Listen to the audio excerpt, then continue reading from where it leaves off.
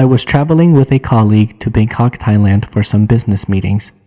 For those that may know Thailand, it is a country that has ghosts and spiritualism deeply ingrained into their philosophy and outlook. Since I had an important business meeting, I chose a hotel near the customer's office, which I stayed at only a few times before, without any incidents. Upon arriving at the hotel at 3 p.m., I had some time to kill before meeting with my coworker at 5 p.m. when we decided we would go out to dinner. I decided to iron my clothes for the week so that I would not be bothered in the mornings. I promptly set out to do this, but it is important to know the layout of the room. The bathroom was immediately on the right-hand side as I entered the main door. Past the bathroom door was the closet. In fact, the bathroom door and the closet door were one and the same, a sliding door. When the door was pushed to the right, the bathroom would be closed and the closet would open. When the door was slid to the left, the bathroom door would be open and the closet door would shut. Further past the closet, the room opened out for the bed, next to the bathroom, then a nightstand, and finally a desk under the window. The only thing not typical with the room was that the wall separating the sleeping room from the bathroom was glass, so that I could see into the bathroom from the bed. I would be looking through the shower, but the bathroom sink was clearly visible from the bed. I was busy ironing my shirts in front of the closet so that I could hang them up immediately after ironing them. Iron, hang, iron, hang. In order to do this, the door was slid all the way to the right, meaning that the bathroom was closed. As it approached 5 p.m., I put away the ironing and wanted to go into the bathroom to freshen up before going to dinner. As I attempted to slide the door to the bathroom open, I found that I could not. It would not budge. I thought immediately that somehow the latch must have been such that when I closed the door to iron, the latch had locked itself. Annoyed at this delay, I called down to the front desk to explain that the bathroom door was locked and waited while she sent a repairman to my room. He duly came and with a screwdriver managed to open the lock mechanism from the outside of the bathroom and left. I quickly freshened up and left the room a bit late to meet with my coworker. At the time, I thought nothing strange of this incident, and I gave it no second thought as we went to enjoy a delicious dinner. It was about 11:30 p.m. when we returned to the hotel and I entered my room. For the sake of stating the facts, I will say that I had not been drinking at dinner, and while I was not exactly sober, I was far from being debilitated. I would not have allowed myself to drive, but I was fully functioning and certainly in my right mind. My computer was on my desk and I responded to a few emails before deciding that I needed to sleep in order to be fresh for my important meeting in the morning. I prepared for sleep in the bathroom and then lay down on the bed. Next to the bed was that nightstand, and on that nightstand was one of those control boxes that contained the AC control and light switches. American hotels usually do not have these devices, but they are in most Asian hotels that I have stayed at. It is important to the story to know how these devices work. Simply, there are buttons on the control box that, when pushed down, will turn on or off the lights. Each light in the room had a button that could be easily turned off at that control box. The switches at the lights themselves worked as well, but they can be centrally controlled at that control box. As I said, I laid down on the bed, ready for sleep. I then reached over to the control box and turned off the lights to the room and bathroom. Laying back, I had my eyes closed and I remember I was thinking about the big meeting the next day, so I was certainly not asleep yet. You can imagine my surprise when suddenly the bathroom light turned on. My eyes opened and I looked to my left into the bathroom. I lay there, looking into the bathroom, thinking how odd it was that the light had turned on, but I saw nothing of interest in the bathroom.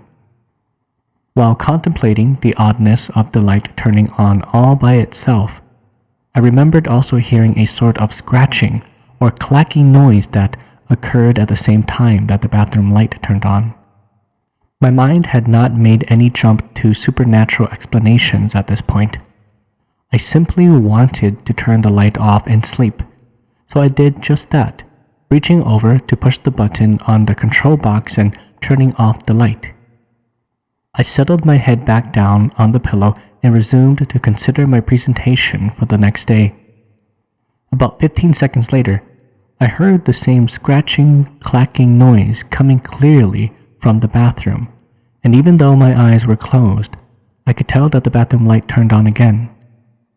I am pretty sure my head snapped to my left and I stared into the empty bathroom.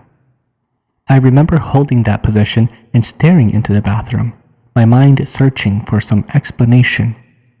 Faulty wiring was the logical explanation that my mind fastened on. Grasping at that thought, I reached over to the control box to turn it off and settled myself down again. Sure enough, about 15 seconds after I had resumed laying down, the same noises were heard and the bathroom light turned on yet again. It was at this point that I could feel myself starting to get a bit nervous.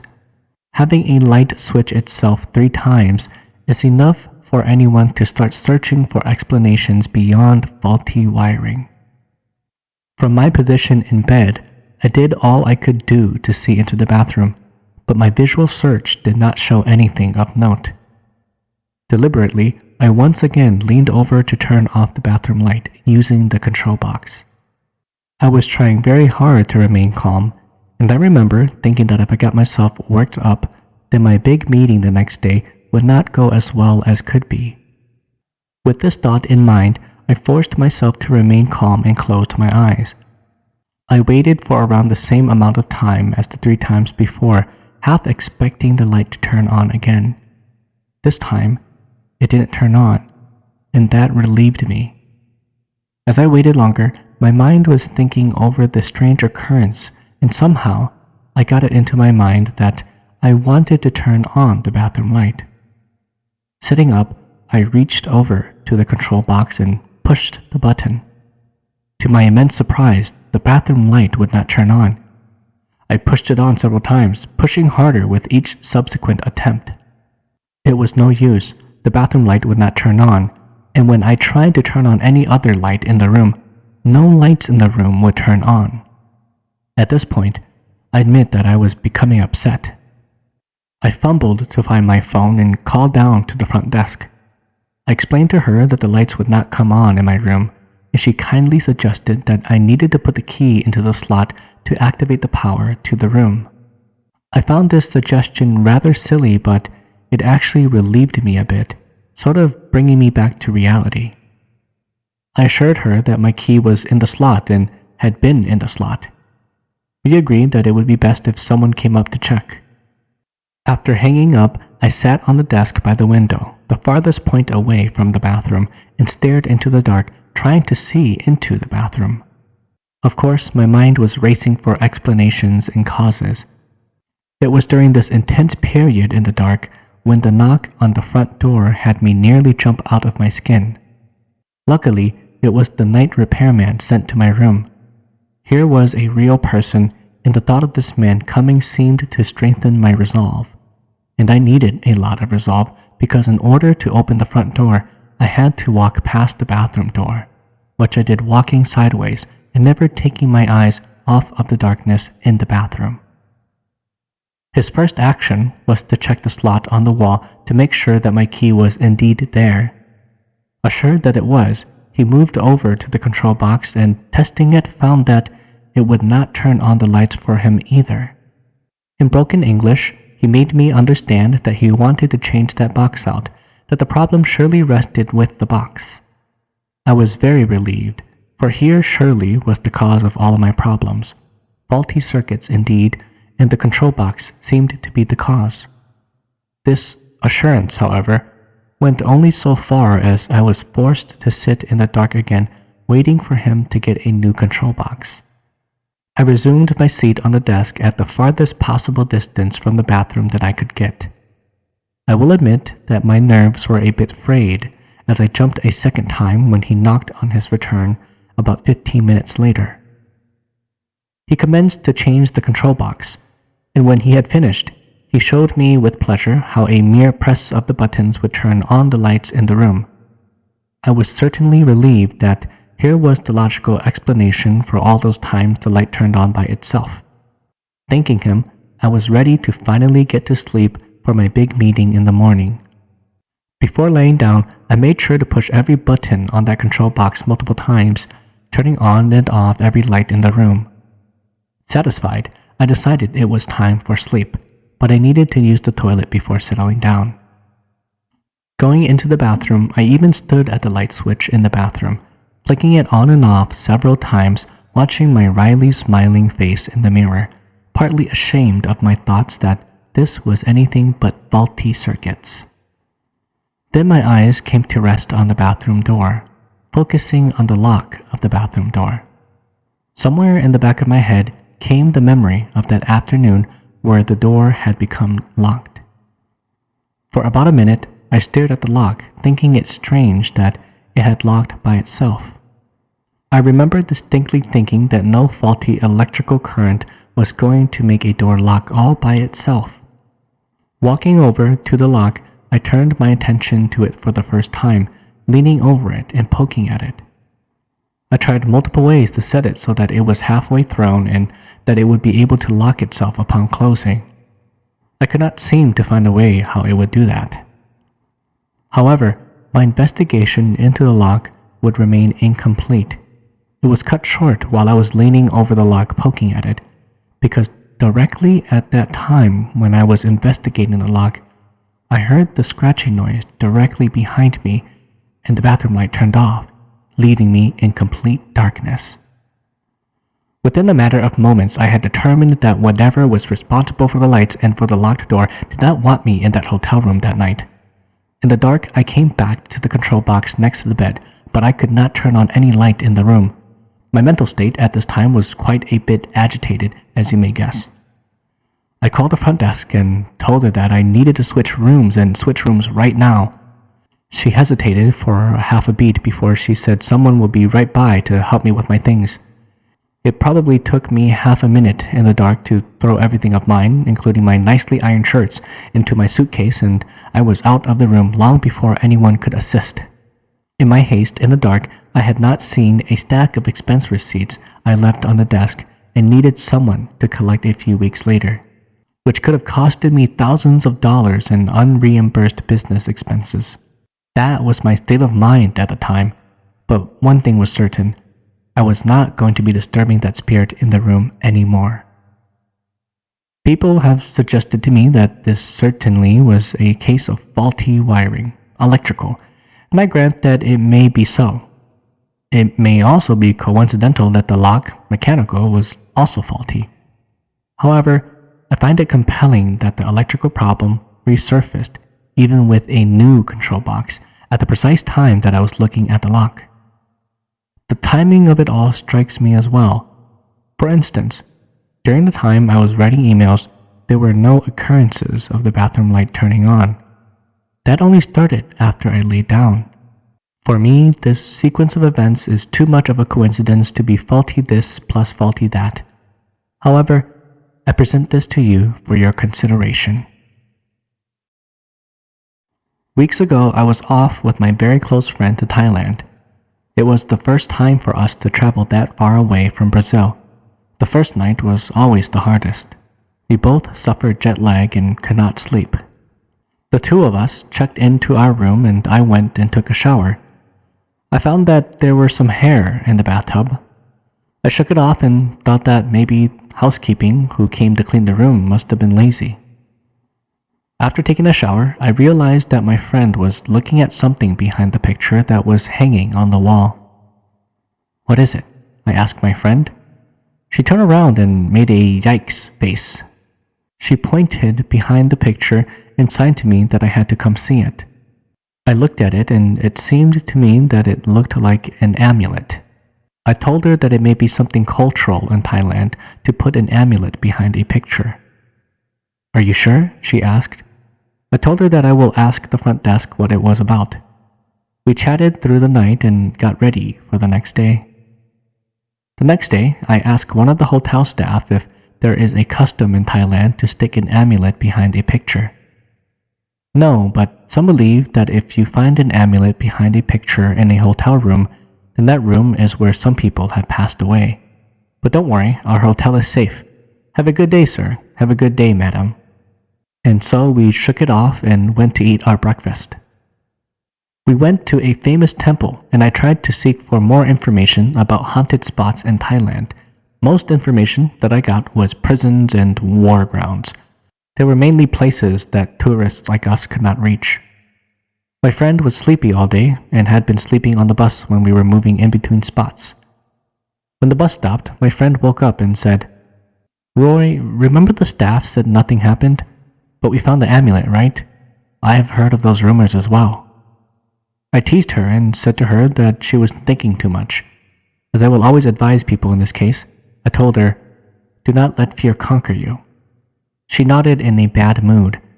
I wonder if she disagreed with my point or was just sleepy. We went back to our hotel to enjoy a dinner concert of an infamous local band. Old classical music and songs of the 90s. My friend said that she wanted to go back to the room, so we finished up our dinner and took a bottle of red wine up to our room to enjoy. As we went up to our room by the elevator, I felt that something was watching us. I thought I was a little drunk and told my friend that I may only have one glass for that night. When we reached our room, the both of us felt a little temperature change. It was very cold. I thought it was the air conditioner, and so I switched it off for a while. The room was still very cold, and I could feel that something was watching us.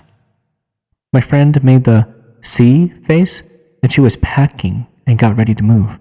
I did not know what to do, and so I packed my things as well and called the front desk to request for a room change. We called out the duty manager and explained our situation to him and had told him about the amulet behind the picture. The staff quickly arranged our new room and we moved along with them. We moved into a bigger room with better facilities. There was a balcony where we could see a city view of Bangkok.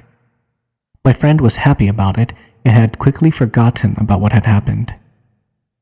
Days after, when we were back to Brazil, I told some of my Asian friends about what had happened. Most said that the room is haunted when they heard that part about the amulet. A few said that if we find hair, especially long hair, being cut off and spread around, most probably someone could have had an incantation ritual. I did some research about the hotel that we stayed in and found out that in the 80s there was a fire in the hotel that had killed 13 guests. No matter what, the first room that we stayed in was indeed spooky. The hair left in the bathtub, the amulet behind the picture, sudden temperature changes, the feeling of someone watching, all of that. Our trip was good, but just a little eerie. I guess for those of you who are really curious, had already guessed which hotel we stayed in, but please do not name it. I feel that the staff there is trying their best to rebuild everyone's trust until today. Just pray for the victims of the fire and hope that they can rest in peace. I've had paranormal experiences since I was a child, having a special gift of precognition and very accurate intuition. When I was younger, I found these experiences frightening, but the older I get, the more laid back I am about things and just find them interesting. I also have a very healthy skepticism and will always look for logical explanations for anything unusual. In 1999, my eldest son, then aged 11, and I went to Thailand for a 3-week holiday. After landing in Bangkok late in the evening, we stayed at the hotel at the airport, catching the train from the airport railway station to Ayutthaya, the ancient capital of Thailand, early the next morning. I had booked our hotel accommodation online, just a local 3-star Thai hotel in close proximity to the World Heritage Site of the Old City. Ayutthaya was brutally sacked in 1767 by the Burmese, the city destroyed, and its citizens either marched off to slavery in Burma or slaughtered. We arrived early in the afternoon, checked in and left our bags in our room and went out to explore the ruins of the ancient city. Due to jet lag catching up on us, we didn't last long and were back around 5 p.m. having an early dinner in the hotel restaurant before retiring to our room. I was a bit concerned about security, especially our passports and money, so I not only locked the door but put the chain latch across it before putting everything into the room safe. As it was still early and still light outside, I switched off all the lights and closed the window blinds. By 7 p.m., we were both dead to the world. In the middle of the night, I suddenly came to consciousness with the overwhelming feeling that there was someone in the room. I gradually gained enough courage to slowly open my eyes. Every single light was on in the room, overhead, side lamps, as well as the entry light. I thought someone had broken into the room, so I waited and listened for sounds or movements. When I didn't hear anything, I got up and checked the hallway and then the bathroom. Nothing. Not surprising, as the chain latch was still in position and it would have been impossible for anyone to have entered the room without making any noise. I checked the safe and nothing had been tampered with. I glanced at the bedtime alarm clock and noted that it was 3 a.m. Having seen the local type holes and wires, I just assumed that it was some weird glitch with the electricity, so I switched off all the lights and went back to sleep. The next day, my son and I went out for another exhausting day of visiting ruins and museums, and once again were found early in the evening with jet lag. In the middle of the night, my son woke me up in a panic, telling me that there was someone in the room. This time, the room was completely dark. I reassured him that there was no one in the room and gently urged him to go back to sleep. I looked at the time, 3 a.m., roughly the same time as the night before. I realized then that I hadn't been imagining anything the previous night. I didn't tell my son about my experiences as I didn't want to frighten him. The next day, on returning from breakfast, my son noted that unlike all the other hotel room doors, which were decoratively carved teak, our room door was plain white pine. He was absolutely convinced that the room was haunted. Thai people are extremely superstitious and have many categories of spirits. Nearly all Thai houses will have a spirit house outside the house, like a small dollhouse complete with miniature furniture and food offerings in order to accommodate household spirits and lure them away from the household. Before I could stop him, he told the staff at the hotel front desk that there was a ghost in the room. The alarmed and frightened looks on their faces indicated that they knew there was a story with the room. I guess they deliberately gave the room to the foreigners, as the majority of the guests were Thai. While out and about that final day, I picked up a protective shield Saturn Buddha amulet from a roadside seller. I also did some spiritual protection for both me and my son on the third and final night, before telling whatever it was that it had to move on into the light. Whether it was the amulet, the psychic protection, or acknowledging the presence, we finally had a quiet night without any disturbance. I've had quite a few paranormal experiences in my life, but have never experienced multiple lights turning on by themselves like that. It was pretty impressive.